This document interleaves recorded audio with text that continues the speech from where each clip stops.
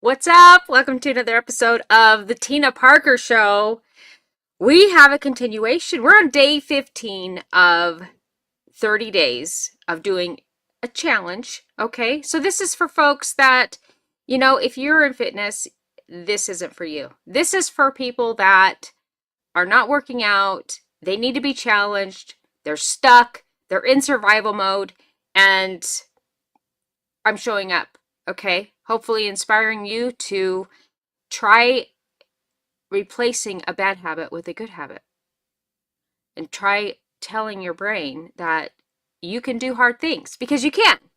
Because there was a time not too long ago, okay, I didn't get into my fitness journey until I was close to 40. So for you ladies, it's never too late to get going.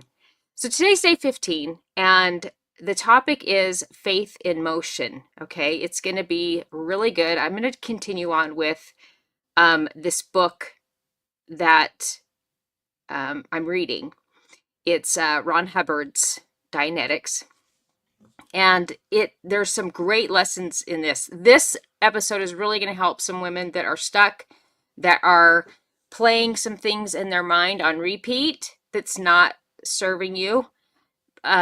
This is going to be so good. So buckle in. You guys ready? You ready? Okay, when you come in, actually subscribe. And maybe you want to wait till we get through, in deeper. I have lots of great content that you could pull from. You can follow me at The Real Tina Parker as well on Instagram and Facebook, and you'll find other, content there. But I would appreciate it so much if you would subscribe and share this if you think or you have someone in your life, a friend, a daughter, a sister, a friend that is going through a difficult time, some trauma. I hope this can shed some light. Maybe you'll get something out of it. If I touch one person, that's the goal, okay? So day 15, faith in motion, how to rebuild when comfort is holding you hostage. And you might not realize that comfort is holding you hostage yet. So we're going to dive in, okay? So if you've ever felt stuck between what you know and what you believe you're called to do, this episode is for you. So maybe you're in a job and you just feel like, because this was me. I was in a job and I just started learning some new things and I realized there's more for me. You know what I mean? I was in a job, 9 to 5 corporate job, for over 23 years. And I just started gaining new information and listening to new people. And I realized there's more. I can do more. And there's a ceiling for me here. I want to have some freedom. I had a son with ADHD. It would allow me to be home with him. Well, that's a label, but they're diagnosing kids with ADHD. They're just bored in school, I think. They might have a very creative mind, and so they're always on the go. Okay? But a lot of it has to do with the food and the diet and other things. So, I don't think they don't really talk to you about that. They just put them on medication. And I'll be honest, I fell for that. My son was on medication until he was 17. When he turned 18, maybe 19, he decided that I don't want to be on this anymore. And now he's not on it. But so anyway, maybe you're stuck between what you know you want, what you know, and what you believe you're called to do. You feel this calling that you are meant for more. This episode is for you. So because having faith in motion isn't about hype, it's about showing up when your body is sore. So if you don't know, I'm doing 100 heel elevated squats a day. I'm doing some more, but that's the one thing I'm encouraging people to do. Well, today was one of those days I just felt like I don't want to do these. My legs are sore, I'm just bored. It can be boring. You know what I mean? But I committed to it. Today's day 15. I said I'm going to do it till 30 days. I work out every day, you guys, but I'm trying to inspire folks that just want to try one thing, change one thing. I can do that. I can do 100 of those, do 4 sets of 25. You don't even have to use weight. Just do your body weight. Okay. So having faith in motion isn't about hype. It's about showing up when your body's sore, your mind is doubting, and your emotions want comfort more than growth. Sometimes our mind can talk us out of things. And I'm going to dive deeper into that in this episode. Today, we're talking about what happens inside of your mind, that inner tug of war between safety and calling. I'm going to break down using some of the principles I picked up from Dianetics by L. Ron Hubbard, because this book, it's really hitting me different, especially during, a time when I'm in a separation, I'm building a business, my fitness is my life. It's my, it's my time. I've been doing that for 10 years, every single day. I'm not quitting. It showed me why our minds fight against our own potential. Okay, so let's first dive into the reactive mind. This is so good, you guys. This is what holds people back in their tracks. I got so excited about sharing this because I'm like, oh my gosh, this is so many people. So your comfort zone is disguise. It's disguise. Your comfort zone in disguise. I'm sorry. So in Dianetics, Hubbard describes something called the reactive mind. How many of you guys get reactive about things? It's the part of your brain that's not logical. Okay, it just reacts. It records pain, fear, trauma, embarrassment. Oh my gosh. Have you ever been embarrassed when you were a kid? I mean, I was called bubble butt. I was told that I was stupid. I wouldn't amount to anything. I had childhood trauma. I had, it was just chaotic, a lot of crazy sex, drugs, rock and roll. And, a predator was entwined in that time period too. Anything that ever hurt you and tries to protect you from feeling that again. The problem, it doesn't know the difference between danger. This is the problem with the reactive mind, okay? It doesn't know the difference between danger and discomfort. So when you start doing something new, like these push-ups, or not the push-ups, but the squats, okay? Maybe a new business, a workout, a breakup recovery, or leaving that steady 9 to 5. How many of you are feeling that? I mean, are you worried that your company is going to let you go? Do you sense that there's something off, that there's a lot of stuff going on, that you just feel it? You feel it in your gut. That's your intuition, y'all. You feel it, okay? There's some things happening, and I don't know if I'm going to still have a job. I'm reading so many people that have lost their job, okay, because AI is taking over a lot of jobs.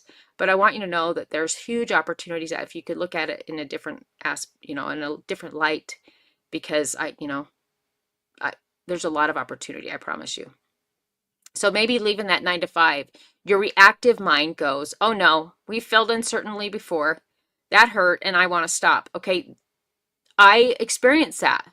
Okay, so when I left my banking job and I decided to start my own business, I felt that because in my brain, you can think back to when you're on welfare. So I was a dropout, okay, and I got pregnant at 16. I had my daughter by this time I was 17, but I had to go on welfare for a little bit. And you could have that situation where you can get triggered back to when you're like, even when I was a child, my mom was on welfare, and there's a situation where I remember being in the car and she goes, will you go in the store and, grab a few things? And it was at that age where I would be embarrassed over it. Okay. So I said, do I have to use food stamps? And he said, yes. And I go, I don't want to go. I don't want to go in. It's embarrassing. I might see a friend. Anybody else? Put it in the comments. This is an interactive thing. Feel free to comment. I'll go back and we will chat it up. Okay. So you feel that uncertainty and you're like, oh no, we felt uncertainty before. That hurt, or I want to stop, or this scares me. I don't want to go back to that period in my life, right? That's why most people quit right when growth is beginning. Their comfort zone starts screaming, we're dying. But really, that's just old programming. We all have trauma. We all have, and there's different levels of trauma. I understand that. But we all do. We all have some kind of trauma or feeling abandoned or feeling, you know, scared about different things in life. We get triggered by things that take us back to something. So let's talk more about this. So real life, when I left, I just told you about that. I was scared and I didn't know even much about this business, but I was learning every day. I just kept learning and looking up things, and I actually just really learned as I went. And pretty soon I did a good job and I started getting referrals. I didn't even have to market. It was really cool. It might just start with one or two customers, and then all of a sudden they're like telling other people about you. And it just grows and grows. It's really pretty awesome. Okay, so I didn't know everything about this business at all, but I just thought this is what I thought in my brain. I have overcome being told I was, not going to amount to anything, to going to vice president at the bank. Like, my math level was pre-algebra going into the bank, and I crushed it. Even I performed better than some of these, veterans that had been there for years. And so when I thought back to all that I had overcome, regardless of what I was told when I was little, in spite of that, I still like did amazing. So in my brain, I thought, man, I've done great things here. I can learn this too. And it will give me freedom, and it will let me, work at home so I could be there with my kid. Every single day, my reactive mind, you're gonna get these whispers like, what if I don't make more money? What if business doesn't come in? But I always kept working out. So that's what it does. That uncertainty is scary, and it can kind of like create a pause and hold you back. So let's talk about what the analytical mind does. This is Faith's ally. Okay, so the other one was a reactive mind. This is the analytical mind. Okay, you guys understand what analytical means? It's the part of your mind that has to know all the numbers. I have to know all the facts before I can do anything. I have to, like, give me all the data. I'm not making a decision until I know everything. Okay, that's an analytical mind. Now let's talk about what Hubbard calls the analytical mind. That's the part of you that can reason, create, discern, and make choices based on faith and logic, not fear. Now, I will say, there's these personality tests, and there's analytical, there's, someone that's like a fun person, like your personality is fun, like you like to incorporate fun in your work.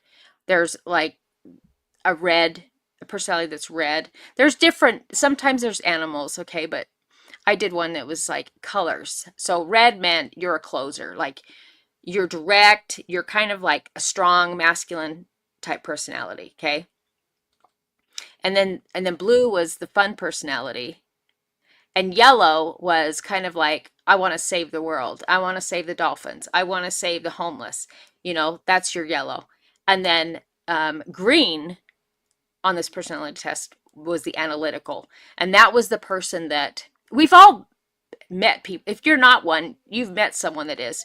They're the personality that is kind of like, I they're accounting people that are accountants typically, or CPAs.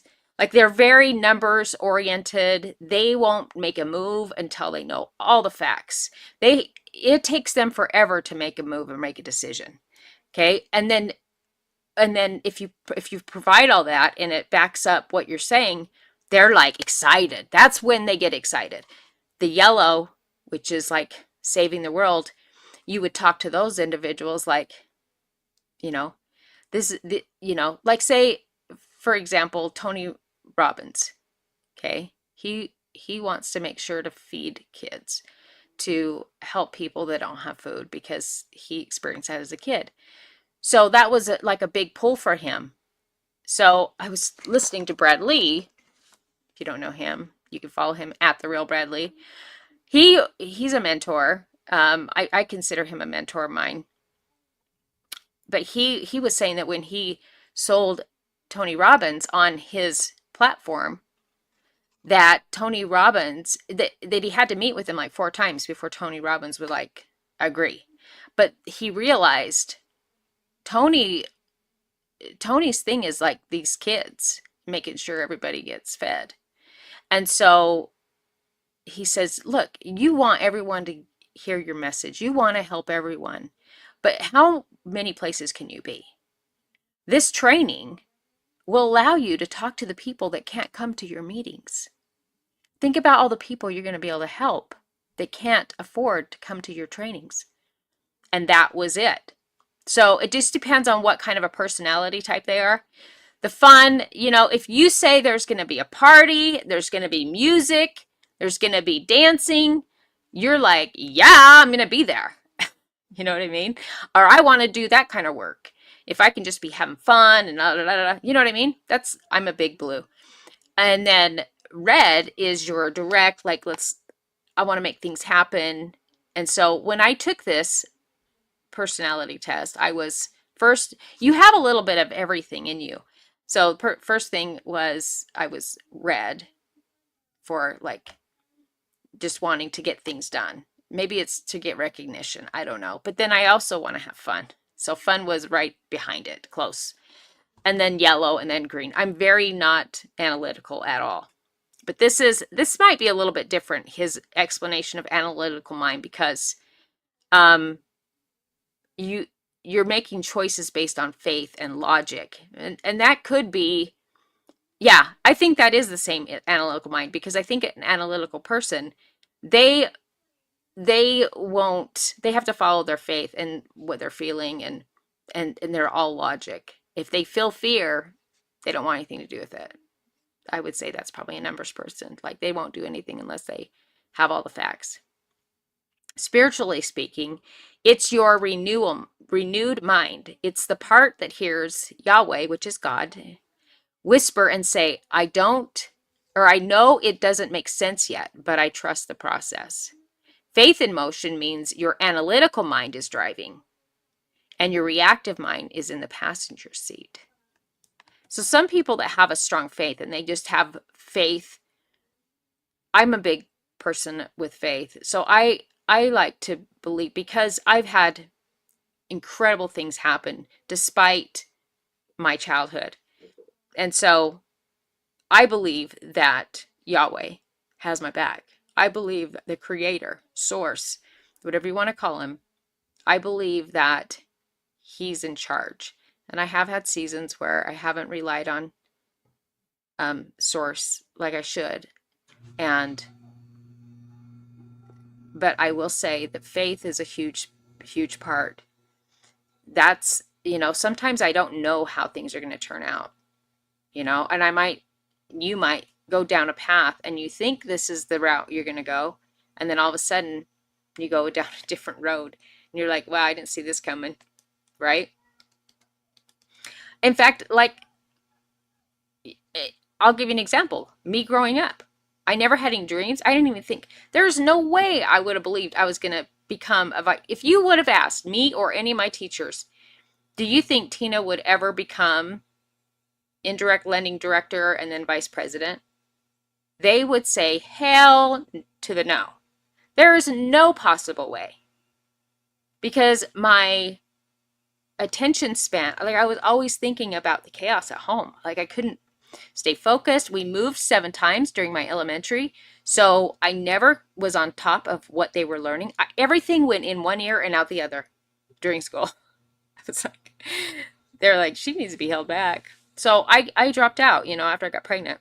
But my daughter gave me more drive. I believe she was a gift for me, because all of a sudden I had purpose and I wanted to, provide for her. A big part was I didn't want to stay on welfare because I hated it myself. So as I'm building, the Women of Action Academy, I don't have a step-by-step. I'm just building it. That's all I know. I'm just talking about it. I'm building it. I'm creating content. I'm sharing my personal story. I'm building a community of women that are going to be like-minded, and we network and we have fun and we help each other rise. Okay. And we getting fit. Okay. We're going to be so fit and so fine and hot AF, okay? Um, Filming, learning, new tech. There's so much out there, you know.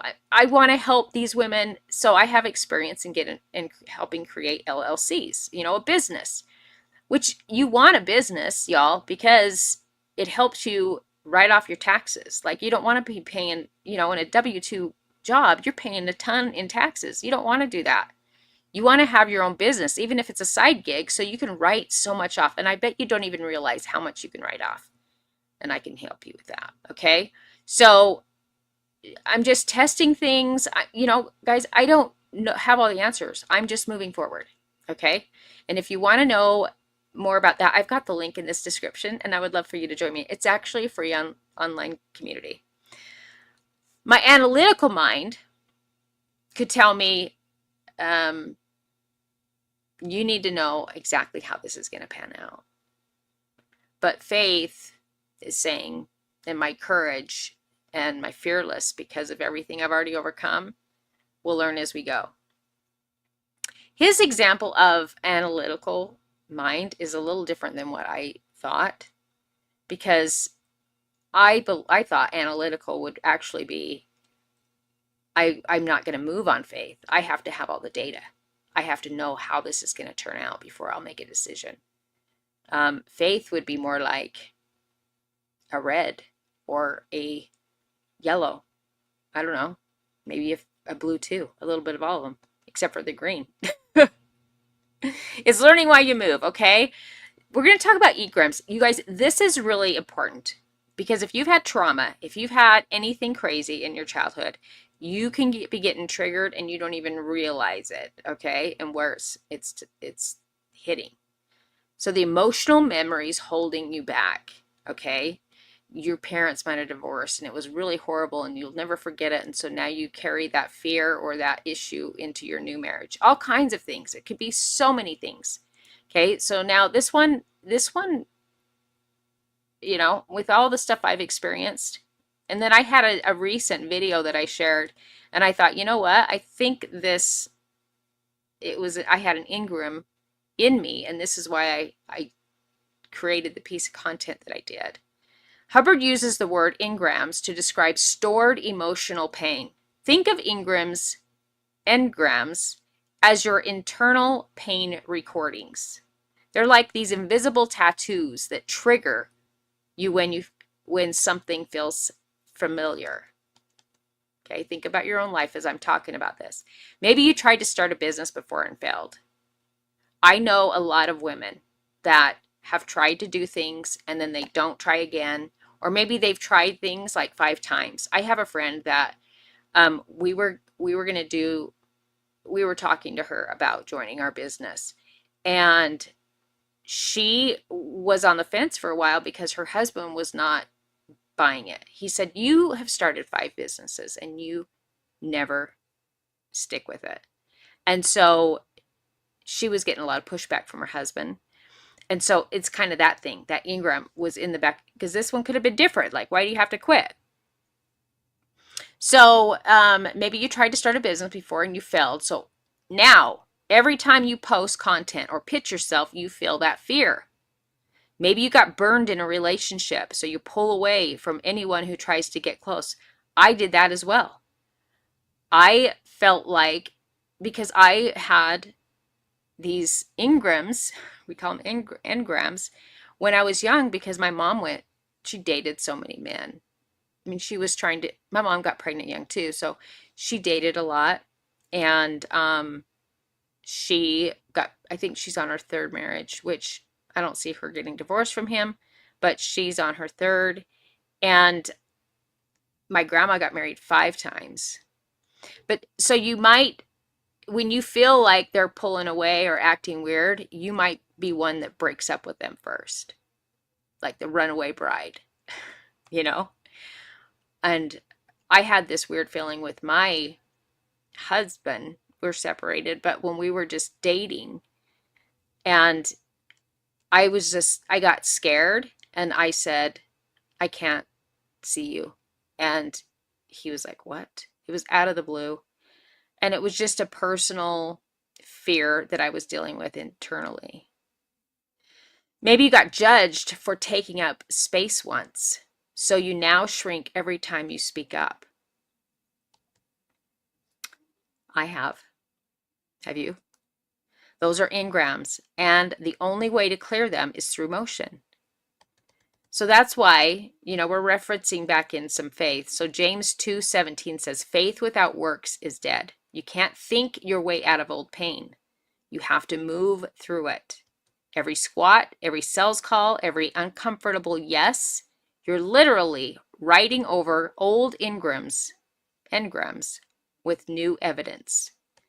So it's like building trust in yourself. That's why I'm saying when your legs are shaking and you want to quit and you want to say, it was just too painful, you, even if you have to take a rest for 2 minutes before you start your next set of 25, if you push through that, you're now saying to your nervous system, I'm safe, I can handle this, I'm building something new. That's why you have to finish it. And it doesn't have to be these squats, these air squats. Maybe it's something different.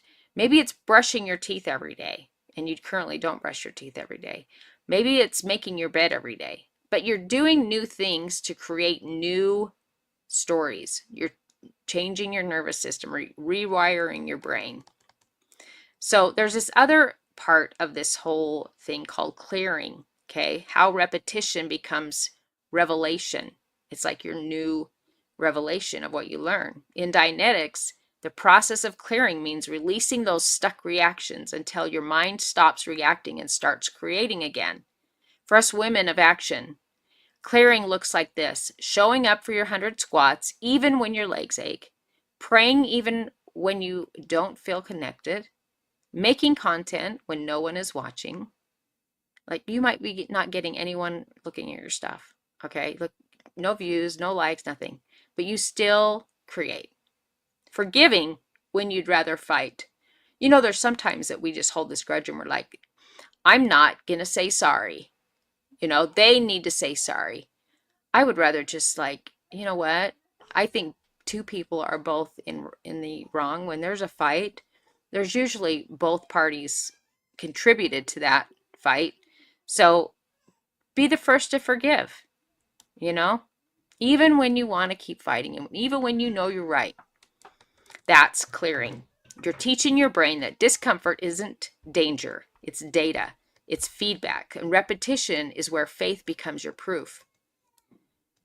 So it's like when you were learning how to drive, okay? At first, your whole body tenses. Have you ever driven and you're like, just felt like so tense because it was like kind of crazy on the highway? Everybody's going really fast.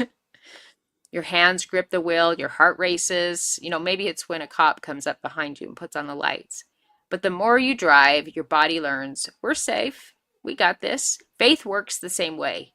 You practice motion until peace becomes your default. It's like I've been working out for 10 plus years, and now it's just part of my it's my routine. It's who I am. I can't even imagine not having that be part of my life anymore. Now the application, faith in motion, routine, okay? So challenge for day 15. Today when you move, whether it's the 100 squats, journaling, or sending a scary email, remind yourself, my reactive mind is trying to protect me. So when you feel that fear, know that your reactive mind, your fear of the unknown, is trying to protect you, okay, from something that is in your subconscious. But I don't need protection from my purpose, okay? My analytical mind walks in faith, not fear. Every motion is clearing old stories. So every time you do what your brain tells you not to do or to quit, every time you do it anyway, you're clearing old stories about yourself and creating new. And say this affirmation: I'm reprogramming my mind for faith, not fear. I trust what I cannot see. My movement is my ministry. I don't know if affirmations 100% work.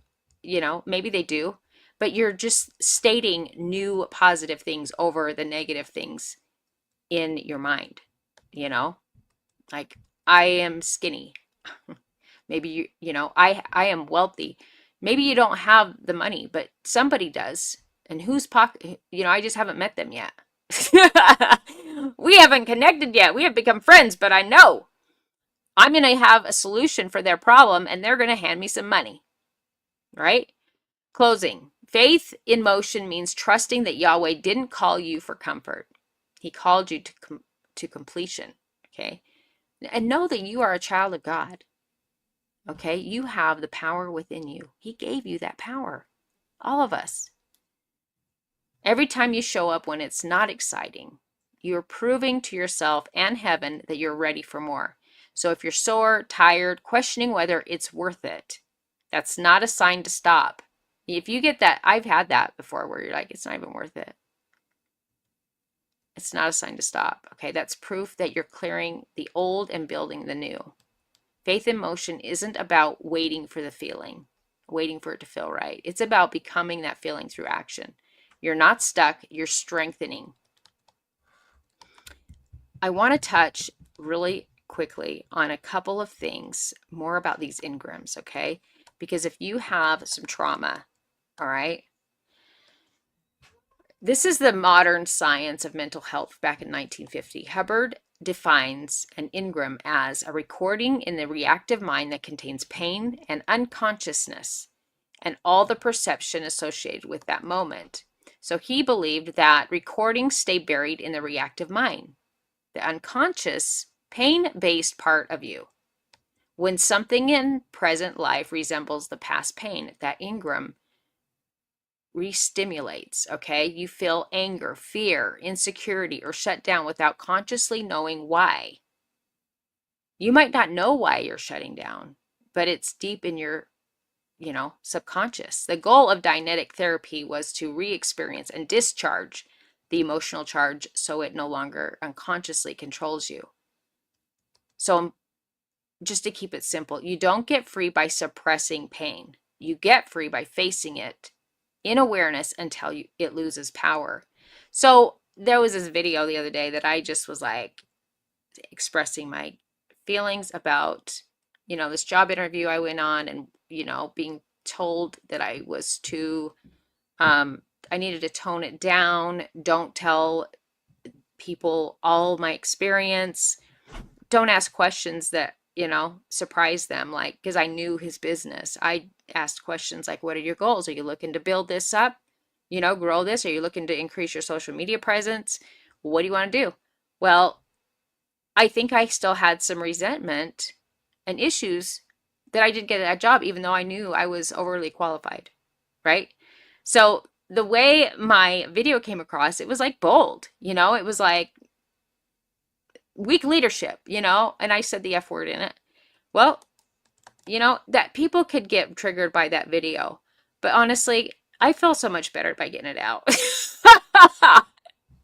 So that's what I mean. Like sometimes you just have to feel it, get it out, scream, dance, sing, do something. That emotion is in your body. Okay. So, so he does this advocating, letting the emotions surface, but under controlled awareness. Okay. That wasn't really controlled awareness. That was just like me, blah. Okay. Acknowledge the frustration fully, the hurt, my pride. I felt unseen. Relive safely. Talk it through or write it out on the emotional charge, and the emotional charge decreases. Okay. So you might be feeling trauma, or you don't even realize that there's some past trauma. But if you get triggered about something, it's because of an engram in your brain from way back. And you can work through that. I want you to know, like, you just need to get it out. Scream, dance, do whatever. But that emotion, that energy, it's all energy, y'all. That energy is inside your body. You got to get it out. And movement, fitness. That's why I'm a big fitness person. That's another reason why I just want people to know, like, the most destructive, he says, the most destructive engrams are those containing physical pain, sexual violence, or extreme fear and confusion. His early theory was that auditing a guided recall process could eventually neutralize the charge. But later, he learned that